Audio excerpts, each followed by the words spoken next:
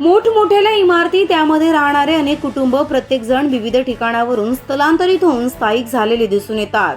परंतु यात सर्व इमारतीतील कुटुंब गुण्यागोविंदाने नांदतातच असं नाही. याच बाबत एक धक्कादायक घटना बदलापूरमधून समोर आली आहे. बदलापूर गावातील गोविंदाग्रज गृह इमारतीमध्ये राहणाऱ्या एका रहिवाशाने चक्क पिण्याच्या पाण्याच्या टाकीमध्ये फिनाइलची संपूर्ण बाटली ओतली आहे. ही संपूर्ण घटना दुसऱ्या दिवशी सकाळी 7:30 वाजता पाणी आल्यानंतर रहिवाशांच्या निदर्शनास आली. यावेळी पाण्याला खूप वास व फेसही येत होता. तसेच पाण्याचा रंगही बदललेला दिसून आला. या संबंधी टाकीची पाहणी केली असता टाकीमध्ये फिनाइलची रिकामी बॉटल आढळून आली. योग्य ते प्रसंगावधान राखल्यामुळे मोठा अनर्थ टळलाय. यामध्ये जीवितहानीही होऊ शकली असती. या सर्व रहिवाशांना गेली 1 वर्ष इमारतीमध्येच राहणारा एक रहिवाशी आपापसातील छोट्याशा वादामुळे सातत्याने त्रास देत आहेत, अशी माहिती रहिवाशांनी दिली आहे. हा रहिवासी कोण आहे हे देखील बाकी कुटुंबियांना माहिती आहे, परंतु योग्य तो पुरावा नसल्यामुळे ते त्या रहिवाशाचं नाव उलगडू शकत नाही. गेल्या 1 वर्ष तो पाण्याच्या मेन कॉक मध्ये फेविकॉल टाकून बंद करणे, इमारतीच्या वरच्या टाकीचा कॉक जाळणे, ड्रेनेज लाईन मध्ये कपडे, पेपर्स इत्यादी टाकणे, मध्यरात्री चोर आले असे भासवणे, मेन स्विच ऑफ करून पूर्ण इमारतीची लाईट बंद करणे, लिफ्टची बटणं दाबणे, मीटर बॉक्स शॉर्ट करणे असे विचित्र कारनामे तो गेले वर्षभर करतोय. या सर्व गोष्टींचा इतर रहिवाशांना मोठ्या प्रमाणात त्रास सहन करावा लागतोय. या संबंधित इमारतीमधील काही रहिवाशांनी बदलापूर पश्चिम पोलीस ठाण्यात त्याच्या विरुद्ध गुन्हा दाखल केला आहे. पोलिसांनी लवकरात लवकर योग्य ती कारवाई या गुन्हेगारावर करावी अशी मागणी रहिवाशांनी केली आहे. सोसायटीमध्ये सुरू असणारे अंतर्गत वाद आपण बरेच पाहिले आहेत, ऐकले सुद्धा आहेत, परंतु असाच एक वाद झालेला आहे आणि एक घटना धक्कादायक घडलेली आहे. ते म्हणजे बदलापूर गावातील गोविंदाग्रज गृह या सोसायटीमधील राहणाऱ्या एका रहिवाशाने पिण्याच्या पाण्यात फिनाइलची बॉटल टाकलेली आहे आणि फिनाइल सुद्धा टाकलेला आहे अर्थात. आणि यानंतर जेव्हा पिण्याचं पाणी प्रत्येक घरामध्ये गेलं आणि या पिण्याच्या पाण्याला ज्यावेळी फेस आला, त्यानंतर प्रत्येक रहिवाशाच्या ही घटना खरं तर लक्षात आली. एखाद्या लहान मुलाने जर हे पाणी पिलं असतं, अर्थात मोठ्यांना कळू शकेल की ह्याच्यामध्ये फिनाइल आहे किंवा काहीतरी वेगळं आहे, परंतु लहान मुलाने जर हे पाणी पिलं असतं तर अर्थात दुर्दैवी घटना काही ना काही या ठिकाणी घडली असती. आपण सोसायटीमधील काही सदस्य आहेत, या संबंधित पोलीस स्टेशनमध्ये बदलापूर पश्चिम पोलीस स्थानकात त्यांचे सुद्धा दखलपत्र गुन्हा सुद्धा दाखल करण्यात आलेला आहे. आपण अधिक माहिती घेऊयात, नेमकी घटना घडलेली काय आहे आणि सोसायटीमधील हा रहिवासी आहे तरी कोण, काय अधिक माहिती देत आहे, घटना घडली काय आहे. काल नेहमीप्रमाणे 7:30ला पाणी येतं, त्याप्रमाणे 7:30ला पाणी आलं आणि जसं पाणी आलं तसं ते जसं आम्ही भरायला गेलो तसं पण त्या पाण्याला फेस आला. फेस आणि ते अक्षरशः पांढरं पाणी होतं आणि वास तर इतका येत होता, अक्षरशः सर्व घरामध्ये तो वास पसरलेला होता. म्हणून मग सर्वांच्या लक्षात आलं, म्हणून आम्ही वरती गेलो बघायला की हे काय आहे नेमकं. तर वरतून मग नंतर ही खाली पाणी टाकीमध्ये आम्ही जमा करतो आणि ते पाणी वरती जातं, असं असतं ॲक्च्युली. म्हणून खाली आलो, खाली हे टाकी उघडून बघितलं झाकण, तर ते त्याच्यामध्ये फिनाइलची बॉटल होती एक त्याच्यामध्येच आणि ती ओपन करून त्याच्यात टाकलेलं आणि सर्व ते पाणी व्हाईट आणि सर्व असं ऑइली वगैरे पाणी झालेलं. आणि मग हे सर्व लक्षात आल्यानंतर मग आम्हाला असं होतंच डाऊट कोणी केलं असेल काय, तर मग आम्ही पोलीस स्टेशनमध्ये जाऊन ती NC दाखल केलेली आहे.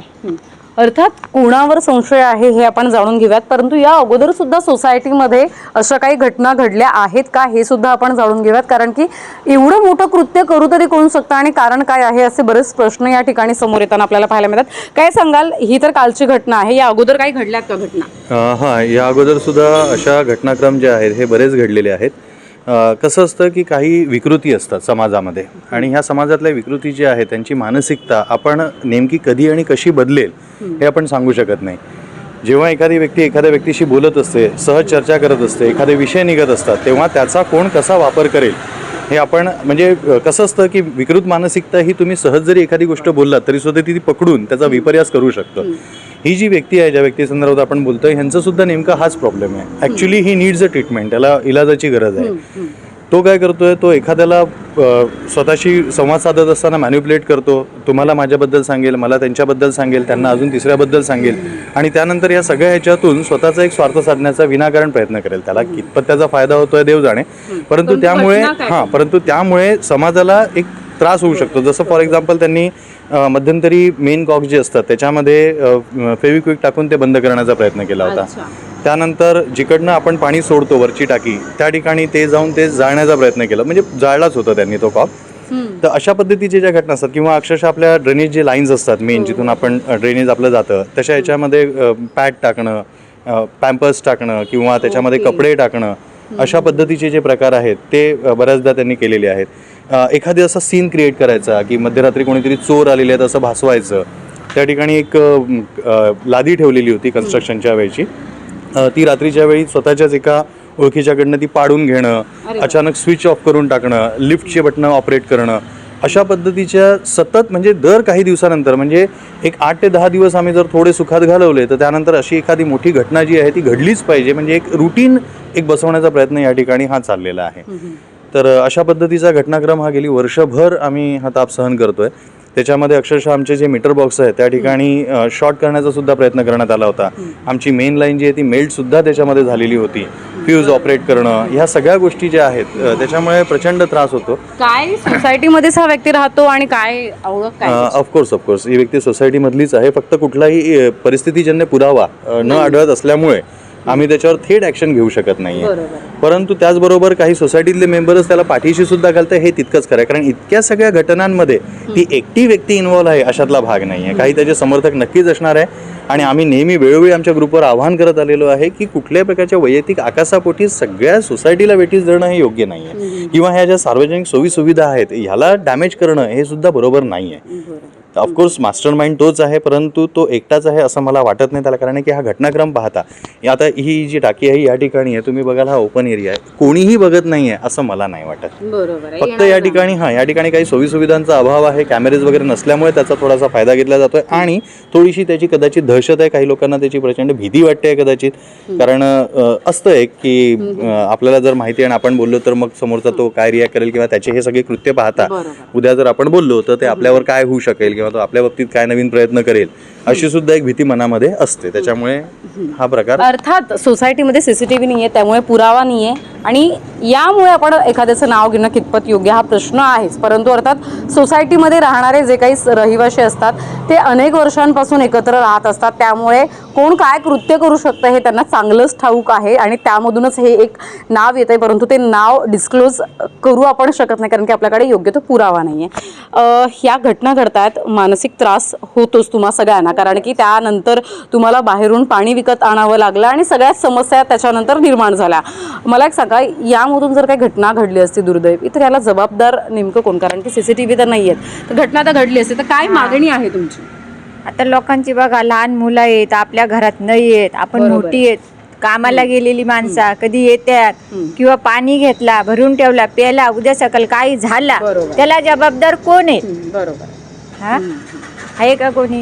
काय मागणी आहे? त्याच्यासाठी ह्याच्यावर लवकरात लवकर कारवाई करण्यात यावी. तसं आम्ही पोलीस स्टेशनला हे केले, पण त्यांनी पण लगेच ॲक्शन घ्यावी याच्यावर आणि ज्यांनी हे केले कृत्य त्याला एक हे बसलं पाहिजे ना की त्याची परत डेअरिंग नाही झाली पाहिजे हे सर्व करण्याची. याच्यासाठी हे सर्व आमचं हे चालू आहे. अर्थात काय मागणी आहे? हां, मागणी माझी हीच आहे की सर्वजण थोडेसे सजग झाले आणि काय चूक आणि काय बरोबर ह्याचं जर एक थोडंसं कसं असतं माहिती आहे का की एखादी व्यक्ती एखादा गुन्हा करायला तेव्हा धजावू शकते जेव्हा बाकीचे त्याला छुपा पाठिंबा देतात. कुठल्याही प्रकारचं स्टेटमेंट न करणं किंवा काढता पाय घेणं किंवा मला काय करायचं ही जी पळपुटी भूमिका आहे ही जर इतर रहिवाशांनी जर टाळली तर ही व्यक्ती काहीही करू शकणार नाही, हे तितकंच सत्य आहे. अर्थात तर बदलापूर गावात ही सोसायटी आहे, गोविंदग्रज गृह ही या सोसायटीचं नाव आहे आणि या सोसायटीमध्ये राहणाराच एक व्यक्ती जो आहे, विकृत मानसिकता असलेला हा विकृत माणूस आहे आणि तो जो असे सगळे कृत्य करतो त्यामुळे सोसायटीमध्ये राहणारे जे काही नागरिक आहेत त्यांच्या जीवितास नक्की धोका निर्माण झाला. या ठिकाणी या संबंधित बदलापूर पश्चिम पोलीस स्थानकात योग्य ती तक्रार सुद्धा नोंदवण्यात आलेली आहे आणि आता पोलीस प्रशासन कशा पद्धतीने यावर कारवाई करतं हे पाहणं सुद्धा महत्त्वाचं ठरणार आहे. व्हिडिओ जर्नलिस्ट साहिल काळेसह श्रद्धा ठोंबरे, आपले बदलापूर. पटेल सारमार्ट म्हणजे ग्राहकांच्या पसंतीस असलेले सर्वात स्वस्त आणि ग्राहकांची बचत करणारे सुपरमार्केट. पटेल सारमार्ट घेऊन आला आहे श्री गणेश फेस्टिवल ऑफर. खरेदी करा sun pure heart sunflower oil 1 litre, special price आहे फक्त 99 रुपये. Sun pure heart sunflower oil 15 litre, special price आहे फक्त 1535 रुपये. पटेल फ्रेश कॉम्बी पॅक आणि स्पेशल प्राइस आहे फक्त 925 रुपये. याशिवाय गणपती बाप्पासाठी लागणारे प्रसाद, ब्रँडेड मोदक पीठ, वेगवेगळ्या ब्रँडचे गुलाबजामुन व रसगुल्ला, छेडा नमकीन फरसान यासारख्या 300हून अधिक ब्रँडेड प्रोडक्ट्सवर buy one get one free offer. Ganpati बाप्पाच्या सजावटीसाठी लागणाऱ्या सजावट मखर वस्तू फक्त 89 रुपयांपासून सुरू. मग वाट कसली पाहताय, भेट द्या नजीकच्या पटेल स्टार मार्टला आणि मिळवा ऑफर्सच ऑफर्स. आमची खास वैशिष्ट्ये फ्री होम डिलिव्हरी आणि Patel star mart mobile app आजच डाउनलोड करा.